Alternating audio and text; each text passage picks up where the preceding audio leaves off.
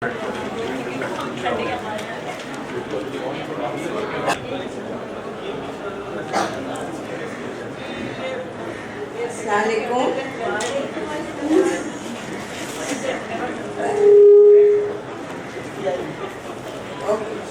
to this session, Educational Crisis and Reform, Perspective from South Asia by Abbas Rashid and Irfan Muzaffar. The speakers are Abbas Rashid and Sajid Ali, and the moderator is Mr. Ghazi Salahuddin. بہت شکریہ. کتاب تو انگریزی میں ہے جیسا کہ ابھی بتایا گیا، ایجوکیشنل کرائسس اینڈ ریفارم، اور اس کو ایڈٹ عباس رشید اور عرفان مظفر نے کیا ہے.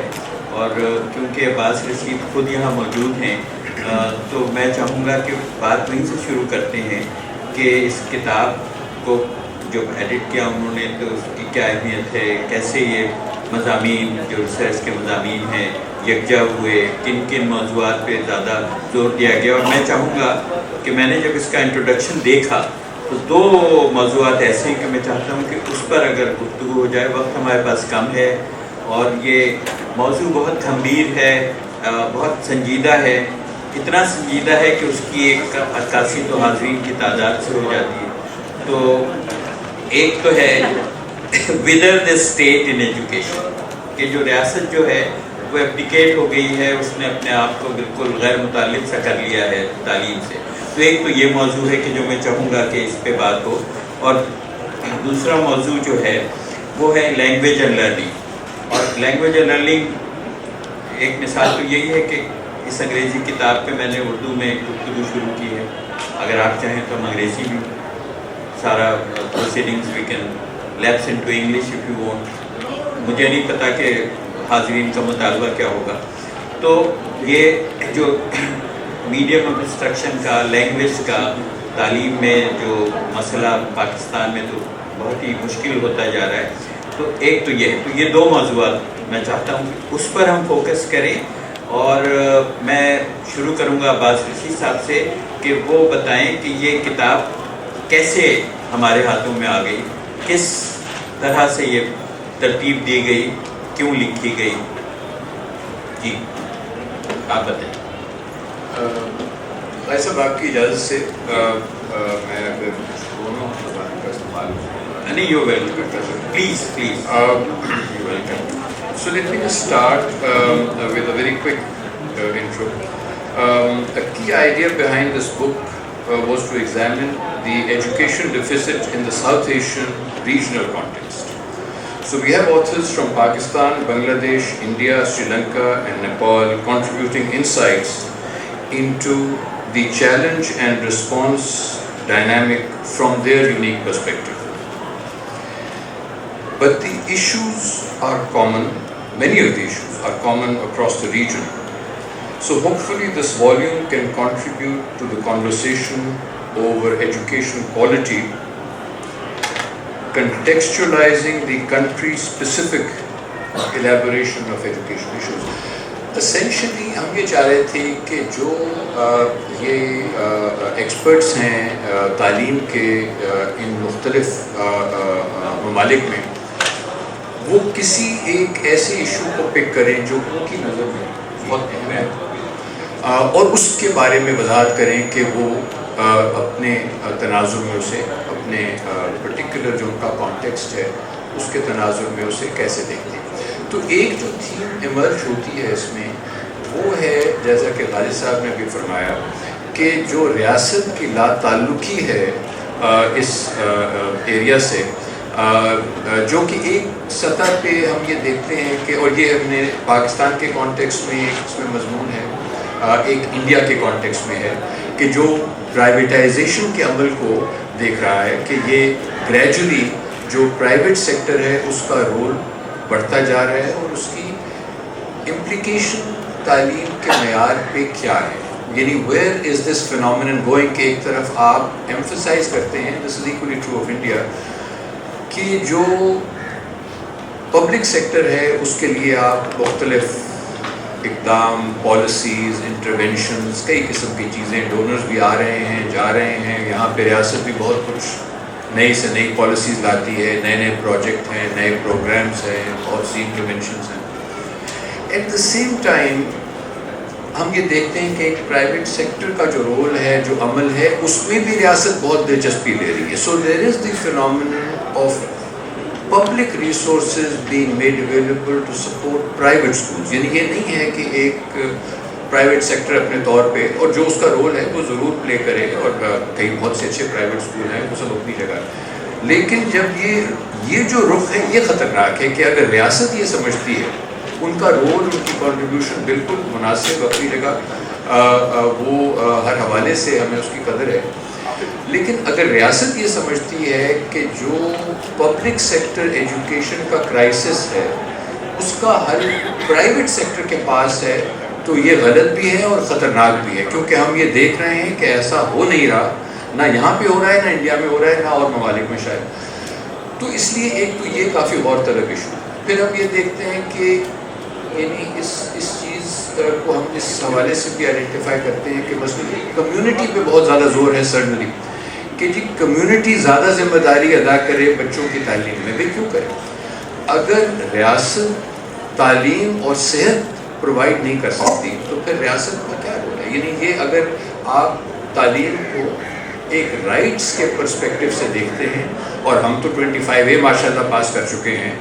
If education, quality education of a certain standard is a universal right for children between certain ages, of a certain age group, then somebody has to take the key responsibility for ensuring this. تو یہ تھوڑا سا ہمیں لگتا ہے کہ جس طرح یہ فینومینن آگے چل رہا ہے, اس کو دیکھنے کی بات ہے, اس کو ریگولیٹ کرنے کی بات ہے اگر آپ انشور کرنا چاہتے ہیں. ورنہ یہ جو تاثر ہے کہ پبلک سیکٹر کلیپس کر رہا ہے اور پرائیویٹ سیکٹر میں کوالٹی انشور ہو رہی ہے, یہ غلط ہے. پرائیویٹ سیکٹر کے ایک حصے میں, ایک سیکشن میں جو ٹاپ 10-15% اسکولس ہیں, وہاں شاید ایک لیول کی, ایک طرح کی کوالٹی ضرور انشور ہو رہی ہوگی. اب تو اس کے بارے میں کچھ سوالات اٹھ سکتے ہیں. اسی طرح سری لنکا کے حوالے سے ایک مضمون ہے جس میں سٹیزن شپ کی بات کی گئی. یہاں پہ بھی ریاست کا رول واپس آ جاتا ہے کہ اگر آپ انشور کرنا چاہتے ہیں کہ آپ کی ایک سٹیزن شپ شہریت کے حوالے سے, تشخص کے حوالے سے آپ ایک نیریٹو کنسٹرکٹ کرنا چاہتے ہیں, تو اس کی ذمہ داری اسٹیٹ کو لینی پڑے گی. ورنہ یہ جو ایک معاملہ ہم یہاں پہ دیکھتے ہیں وہ کسی نہ کسی حوالے سے اور جگہوں پہ بھی ہمیں وہ اس کی اپلیکیشن نظر آتی ہے. تو آئی تھنک ان حوالوں سے تھوڑی سی بات اس میں ہوئی ہے. اور جیسا کہ غازی صاحب نے کہا کہ نیپال کے حوالے سے ایک مضمون اس میں میڈیم آف انسٹرکشن پہ ایسا ہے جس کی ریزوننس ہمیں یہاں بھی نظر آتی ہے کہ بہت ساری پالیسیز ہیں. کبھی ہم انگریزی لے آتے ہیں, کبھی اردو لے آتے ہیں, کبھی ہم کہتے ہیں کہ مدر ٹنگ کی ضرورت نہیں ہے, یا ہم یہ سمجھتے ہیں کہ اردو سب کی مدر ٹنگ ہے, یا یہ ہے کہ انگریزی کو اگر آپ کلاس 1 سے شروع کر دیں, اسے بجائے سبجیکٹ یا اسکل کے پڑھانے کے آپ اس کو ذریعہ تعلیم بنا دیں, میڈیم آف انسٹرکشن بنا دیں, تو اس کی کیا امپلیکیشنز ہیں بچوں کی انڈرسٹینڈنگ پہ, جہاں پہ آپ کے ٹیچرز ٹرین نہیں ہیں. انگریزی کو یعنی چھوڑ بھی دیں, یعنی اس پہ اگر عبور جو ہے وہ جتنا بھی ہو, تو اس کے بارے میں بھی سوالات ہوں گے. لیکن یہ جو ٹریننگ ہے of teaching English as a second or foreign language, this is a completely different skill. یہ بالکل ایک اور معاملہ ہے جس میں یہ نہیں ہے کہ اگر آپ کو انگریزی آتی ہے تو آپ کسی اور کو سکھا سکتے ہیں as a second or foreign language. Any way, تو میں بہت زیادہ وقت اس وقت نہیں دینا چاہتا. جی بالکل, یہ میں بتانا بھول گیا کہ عباس رشید صاحب کا تعلق ہے کیمپین فار کوالٹی ایجوکیشن. یہ ایک اہم تنظیم ہے, لاہور میں بیسڈ ہے, اور یہ مسلسل لگے رہتے ہیں اور ریسرچ بیسڈ ان کی اپروچ ہے. ساجد علی صاحب کا تعلق ہے آغا خان کا جو نیٹ ورک ہے اس کا IED سے, انسٹیٹیوٹ فار ایجوکیشنل ڈیولپمنٹ, اور یہ 2 ادارے تھے جنہوں نے اس ڈائلاگ کا بندوبست کیا تھا کہ جس میں پیش کیے جانے والے پیپرز جو ہیں وہ اس کتاب میں شامل ہیں. تو ساجد علی صاحب سے میں کہوں گا, پہلے یہ فارمیٹ یہ تھا کہ ساجد صاحب سے تنہا گفتگو ہوتی, لیکن کیونکہ عباس رشید صاحب موجود ہیں, انہوں نے یہ ایڈٹ کی ہے کتاب, عرفان مظفر صاحب کے ساتھ، تو میں نے کہا کہ یہ بہت ضروری ہوگا کہ وہ بھی ہماری گفتگو میں شامل ہوں. ساجد صاحب آپ بتائیے وہی دو اسپیکٹس، تاکہ ہم تھوڑا سا اور اس کی ڈیٹیلز میں اگر جا سکتے ہیں، کچھ اس کو اور انٹرپریٹ کر سکتے ہیں یا اس کو اس کے فہم میں اضافہ کر سکتے ہیں. میرے خیال میں آپ کی جو 2 پوائنٹ ہیں اس میں ایک پوائنٹ کا اضافہ کروں گا اور اس کو ایک دوسرے پیرا میں دیکھنے کی کوشش کروں گا. میں جب سے مجھے کتاب ملی، بہت آخر تو میں ملی تھی، میں نے کافی کوشش کی کہ اس کو گو تھرو کروں. یہاں پہ کچھ ہمارے اسٹوڈنٹس وغیرہ بھی بیٹھے ہوئے ہیں، تو فرسٹ آف آل تو میں آپ کو بہت زیادہ مبارکباد پیش کروں گا کہ کیونکہ ہمارے پاس ایجوکیشن میں اسٹوڈنٹس کے لیے ایک تو اس کتاب میں جنرلی ایجوکیشن کے بارے میں بہت زیادہ کتابیں دستیاب نہیں ہیں. بہت زیادہ جو کتابیں دستیاب ہیں وہ ٹیکسٹ بک کے حوالے سے لکھی گئی ہیں، جن کا تعلق پرچوں کو پڑھ کے پاس کر کے ایگزام میں پڑھنا ہوتا ہے. اس طرح کی کتابیں بہت کم ہیں. تو یہ کاوش ایک آکسفورڈ یونیورسٹی کی طرف سے بھی بہت اہم ہے کہ انہوں نے ایجوکیشن کو ایز اے سیریس مضمون لیا ہے. دوسرا ان تمام صاحبان ہیں جنہوں نے اس میں کنٹریبیوٹ کیا ہے اور جن لوگوں نے اس کو پریزنٹ کیا ہے، کہ ایک بہت انٹرنیشنلی رینوڈ لوگوں کو جمع کر کے انہوں نے کتاب پریزنٹ کی. تو it's a very good edition for scholarly activity as well, students as well جو تھوڑا سا کرٹیکلی اس کو دیکھنا چاہتے ہیں اور ہمارے جو ایجوکیشن میں جو مختلف لوگ انٹرسٹ ہیں. جب میں نے اس کتاب کو پڑھا اور تھوڑا سا اپنے تاثرات جمع کرنے کی کوشش کی، تو 3 طرح کے مجھے اس میں پیراڈاکس یا تضادات، اگر میں اس کو سمرائز کرنے کی کوشش کروں تو 3 طرح کے تضادات اس کتاب نے ہائی لائٹ کرنے کی کوشش کی جو پورے ساؤتھ ایشیا میں موجود ہیں. پہلا تضاد، اچھا وہ باتیں ہوئی ہیں جو آپ نے کی ہیں تقریباً. پہلا تو تضاد جو مجھے اس کتاب میں ہائی لائٹ کرنے کی کوشش کی ہے وہ اسٹیٹ کی رسپانسبلٹی یا اپلیکیشن ہے. تضاد یہ نظر آتا ہے کہ ایک طرف تو اسٹیٹ نہ صرف پاکستان بلکہ پوری ساؤتھ ایشیا میں کانسٹیٹیوشن کا پارٹ بنائے ہوئے کہ education is a fundamental human right. Pakistan میں ابھی حالیہ جو ترمیم ہوئی 18ویں آئینی ترمیم، اس میں آرٹیکل 25 انٹروڈیوس کیا گیا ہے جس میں 5 to 16 free and compulsory education ہر شہری کا حق ہے. تو ایک طرف تو اسٹیٹ نے نہ صرف یہ کہ اپنی رسپانسبلٹی مانی ہے بلکہ اس کو ایمفیسائز کیا ہے. اب لا بھی پاس ہو گیا ہے، ہر صوبے میں لا آ رہا ہے. تو ایک طرف تو اسٹیٹ بہت ہمیں نظر آتی ہے کہ بہت وگرسلی فالو کر رہی ہے کہ جی education is a fundamental right and we have to perceive. اب جب یہ انسان دیکھتا ہے کہ اتنا زیادہ اس پہ ایمفیسس ہے تو اس کے ساتھ اس کے جو ایکشن ہے وہ اس کے ملاپ کرنا چاہیے ان کو، جو ہمیں ساتھ میں نظر نہیں آتا. جتنا ایمفیسس اس پہ اتنا ہی ایمفیسس اسٹیٹ کا اس وقت پرائیویٹائزیشن اور پبلک پرائیویٹ پارٹنرشپ. جو 2009 کی ایجوکیشن پالیسی آئی ہے اس میں بہت زیادہ لکھا گیا ہے کہ جی ہم اسٹیٹ کی رسپانسبلٹی ہے لیکن اسٹیٹ یہ ذمہ داری خود نہیں نبھا سکتی، اس لیے اس میں پرائیویٹ سیکٹر کو بھی کنٹریبیوٹ کرنا چاہیے. سندھ میں، پنجاب میں ہر جگہ پبلک پرائیویٹ پارٹنرشپ کا.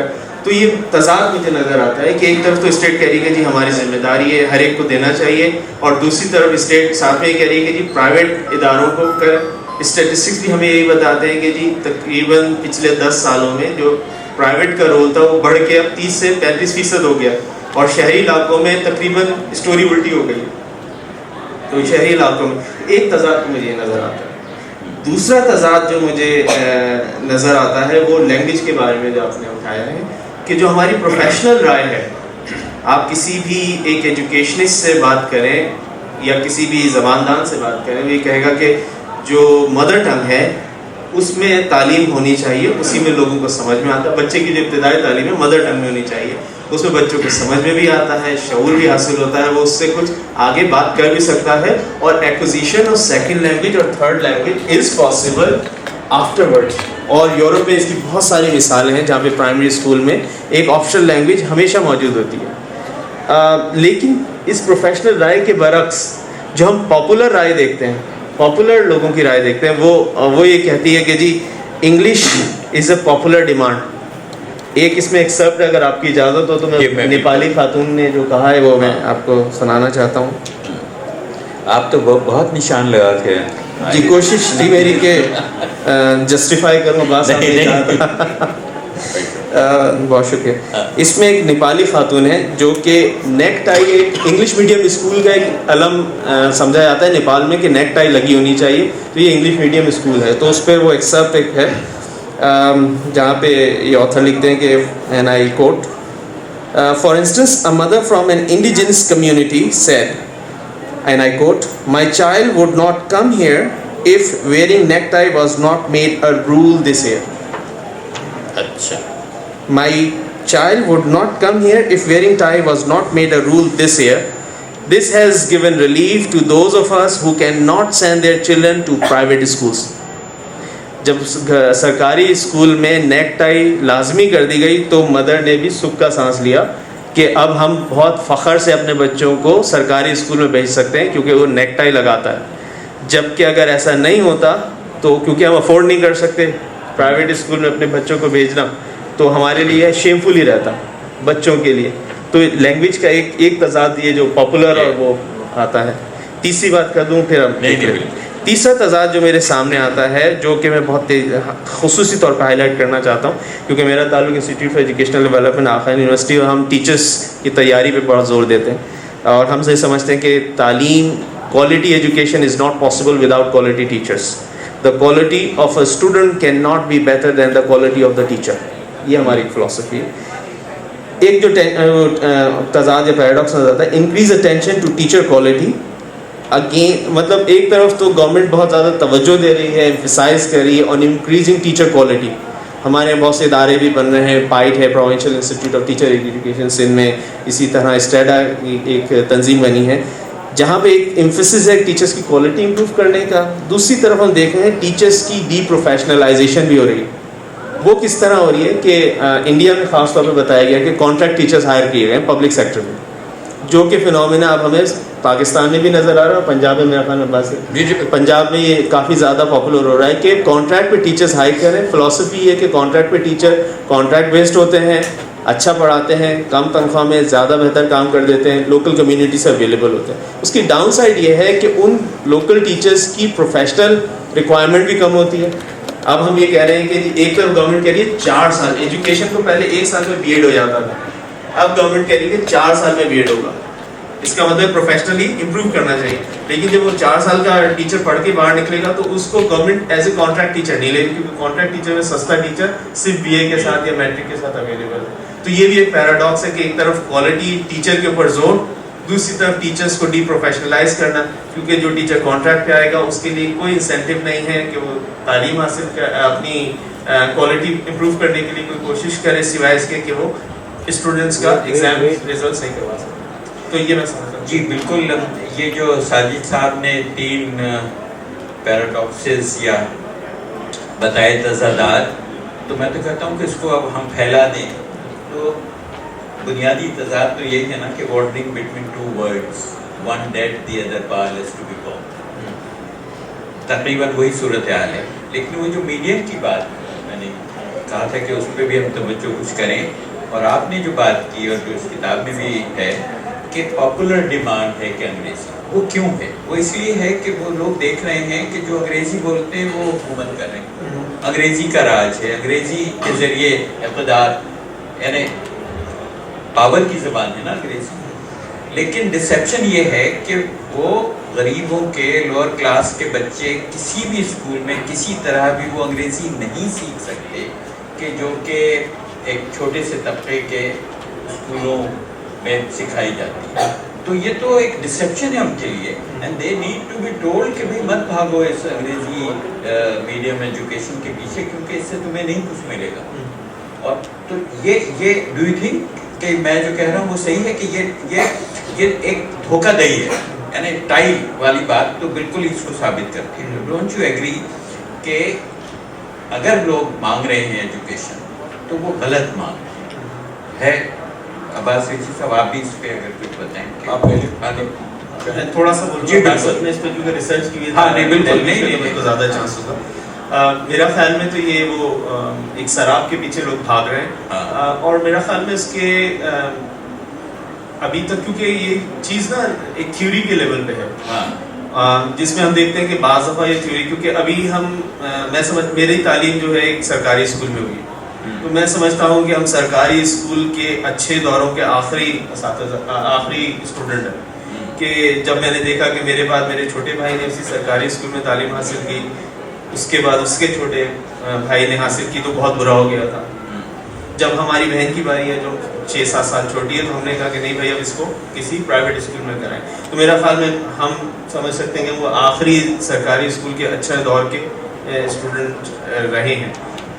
اور ہمیں دیکھ کے کوئی یہ سمجھ سکتا ہے کہ سرکاری اسکولوں سے پڑھ کے ہی ہم پہنچ سکتے ہیں آگے، لیکن اس کے بعد کے جو دور ہے 90s 80s اور 90s کے، وہاں پہ لوگوں نے یہ دیکھ لیا ہے کہ جی ابھی تک ان کے سامنے چیز کھل کے سامنے نہیں آ سکی کہ کیا یہ جھوٹ ہے، کیا یہ واقعی سراب ہے. ابھی تک وہ سمجھتے ہیں کہ یہ شاید حقیقت ہے، جب تک یہ چیز ڈسلوژنمنٹ ان میں نہیں آئے گا. جس طرح ہم کہتے ہیں نا کہ جب غریب کے بچے دیکھتے ہیں کہ جی میٹرک کر کے بھی نوکری نہیں ملتی تو وہ تعلیم کے صحیح معنی سمجھ جاتے ہیں، وہ کہتے ہیں نہیں میکینک بنا دو تو زیادہ بہتر ہے. تو وہ شاید ابھی اسٹیج ہمارے پاس لینگویج کی سطح پہ سامنے نہیں ہے. عباس صاحب نے بہت ریسرچ بھی کی ہے تو زیادہ بتا سکتے. میں تھوڑی سی جو ہم نے کام کیا جی اس کے حوالے سے بات کر دیتا ہوں.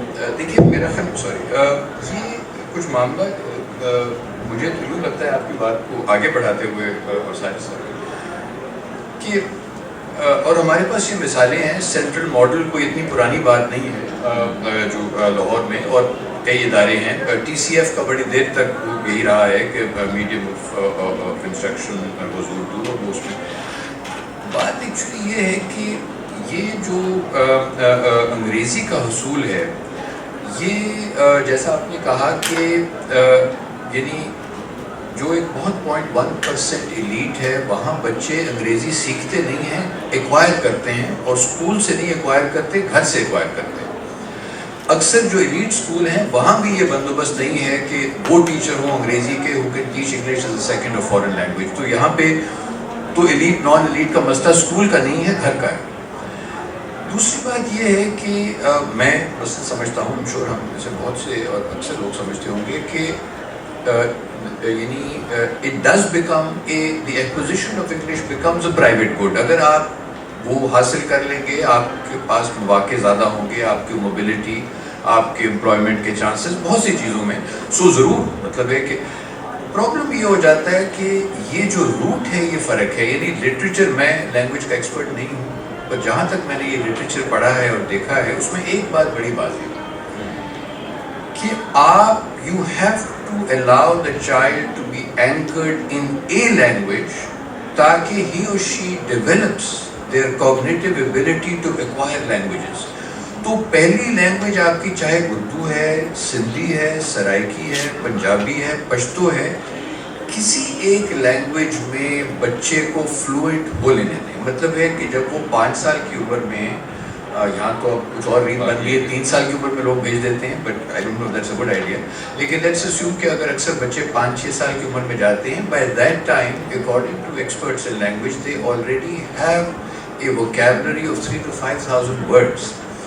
اب بات یہ ہے کہ اسی لیے ہم یہ اسٹریس کرتے ہیں مثلاً کہ جی آپ جو شروع کے 3-4 سال ہیں یا 2-3 سال ہیں، ان کو اسی زبان میں چلنے دیں، اس کو آگے بڑھنے دیں بات کو، اور اس کے بعد وہ اردو سیکھیں، انگریزی سیکھیں. یہ کوئی ایسی خاص بات نہیں ہے. ہر ملک میں there is almost no unicultural country in the world any more. ہر جگہ پہ کئی لوگ، کئی طرح کے کلچرل وہ گروپس ہیں، نیشنل لینگویجز ہیں، تو لوگ سیکھتے ہیں، بچے سیکھ لیتے ہیں، کوئی ایسی بات نہیں ہے. لیکن اور یہ میں خاص طور پہ میں دیکھتا ہوں جو پنجاب میں ہمارا المیہ ہے وہ یہ ہے کہ پنجابی کو تو قطعی اگنور کر دیا گیا ہے، تو وہ ویسی بات ختم ہو گئی. یہ سمجھا جاتا ہے کہ اردو ہر ایک کی مادری زبان ہے، جو کہ نہیں ہے. تیسرے لیول پہ انگریزی اس طرح سکھائی جا رہی ہے جو کہ کبھی نہیں آ سکتی unless you belong to a particular class. So therefore the tragedy is that you will end up with so many children being fluent in no language, which means کہ آپ کسی ایک لینگویج میں فلوئنٹ نہیں ہیں، آپ کو دوسری زبان بھی نہیں آئے گی. اور یہاں پہ ہم کریٹو تھنکنگ کی بات کرتے ہیں، یہ تو ہم لینئر تھنکنگ کو ناممکن کرتے جا رہے ہیں. یہ بہت ہی آپ نے ایسی نکتے کی بات کی کہ ہم ایک بے زبان قوم بنتے جا رہے ہیں. اچھا، مشکل یہ ہے کہ اتنی اہم باتیں ہیں اور اس پہ سمجھنے کی بہت سی ایک موقع بھی ہے اور اتنے اچھے لوگ ہمارے پاس موجود بھی ہیں، لیکن وقت نہیں ہے. اور میں چاہتا ہوں کہ کچھ سوالات بھی ہوں، کیونکہ ہمارے ہاں اس چھوٹے آڈینس میں بہت اچھے لوگ بیٹھے ہیں. امین ہاشوانی صاحب کا ہاتھ اٹھا. امین ہاشوانی کا بہت رشتہ ہے اور بہت جدوجہد کرتے ہیں دنیا کو بدلنے کی. آپ مائک ہے بھی کہاں تک؟ ایک تو غازی صاحب آپ کا یہ جو گلا تھا کہ اتنے کم لوگ آئے تھے، next time take one more chair and you can invite Meera over here. We'll have a house for you. بالکل people outside. So that might solve your problem. لیکن it will not solve education's problem. If you have 800 people listening to these two gentlemen, it might start solving that problem. کہاں ہے mic? ہے نہیں کیا اس سے؟ That's fine. اچھا آواز آ رہی ہے، ذرا سا اور آگے آ جائیں. So اس کتاب میں آپ نے کوئی conclusion come up with some conclusions amongst, so we could see the forest from the tree. Was there any conclusion that you guys came up towards the end? And the second thing is, as far as this public school versus private school, I understand that it is in the it's a child's constitutional right to have it, but the reality is completely different, right? And you can't blame one. It is a systematic failure, and it's all across, right? So it's not working out, and to aspire for that idealism which will never happen. So can't we come up with some solution like public-private partnership models, or somehow incentivizing the public sector, the private sector, in a way that it meets the government's objective? While I absolutely agree we should never let the government off the hook of its constitutional right, but the fact that will not achieve the way it's going, that our end objective, what are the out-of-the-box solutions, some private-public partnerships like a town school, government doing here, but a more profitable, where the private sector is actually making a profit, that's the best incentive, right? And somehow some subsidy by the government so that some kind of can جی میں یہ بالکل please نہیں کر لیں تاکہ جی اس میں very briefly دیکھیے اس میں جو آپ نے بات کہی نا، ایک تو وہ بہت اہم ہے not to let the government off the hook. ہمیں خطرہ پریسائزلی وہ ہے جو آپ جس کی نشاندہی کر رہے ہیں کہ جب بات اس طرف جاتی ہے تو وہ کچھ ایک ایسا سیناریو بنتا ہے جس میں حکومت بھی ہم سے یہ کہتی ہے کہ آپ اتنی فکر نہ کیا کریں، کوئی اتنا مسئلہ نہیں ہے، the private sector will take care of this. تو ہم ایگزیکٹلی یہ بات کر رہے ہیں کہ ویسے اگر کوئی اچھا پرائیویٹ اسکول چلا رہا ہے، وہ ایک کنٹریبیوشن ہے، اس میں بچے جا رہے ہیں، تعلیم حاصل کر رہے ہیں، اکثر تو میں شاید نہ کہوں، بہت سے اچھی تعلیم حاصل کر رہے ہیں. دیکھیے مسئلہ یہ ہوتا ہے کہ یہاں پہ بھی and you would appreciate this, I think, the rules of the market apply. تو جب گورنمنٹ سیکٹر ایک اتنی لو بیس لائن سیٹ کرتا ہے کوالٹی کی، the private school has to be only marginally better than that government school. So اگر آپ ایک across the board اچھا پرائیویٹ سیکٹر چاہتے ہیں، اس سے پہلے آپ اپنی اس پبلک سیکٹر کو بہت بہتر کرنا. بہت اچھا نکتہ اور بہت صحیح بات آپ نے کی. جی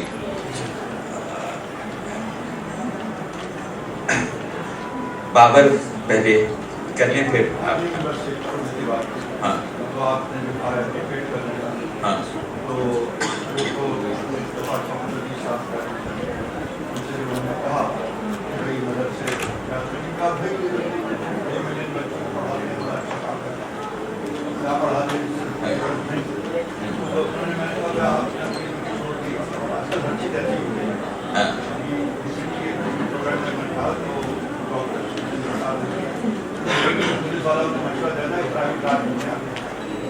کمال. میں سمجھتا ہوں کہ وہ مارکیٹ طے کرے گی آپ کچھ کرنا آتا ہے، کیونکہ مارکیٹ میں جس کو انگریزی نہیں آتی درکار کم ہے. آپ نے جو پہلے کرتے آپ وہ میر صاحب ہمارے رحمان تھے، ہونے سے پہلے میں نے ان سے پوچھا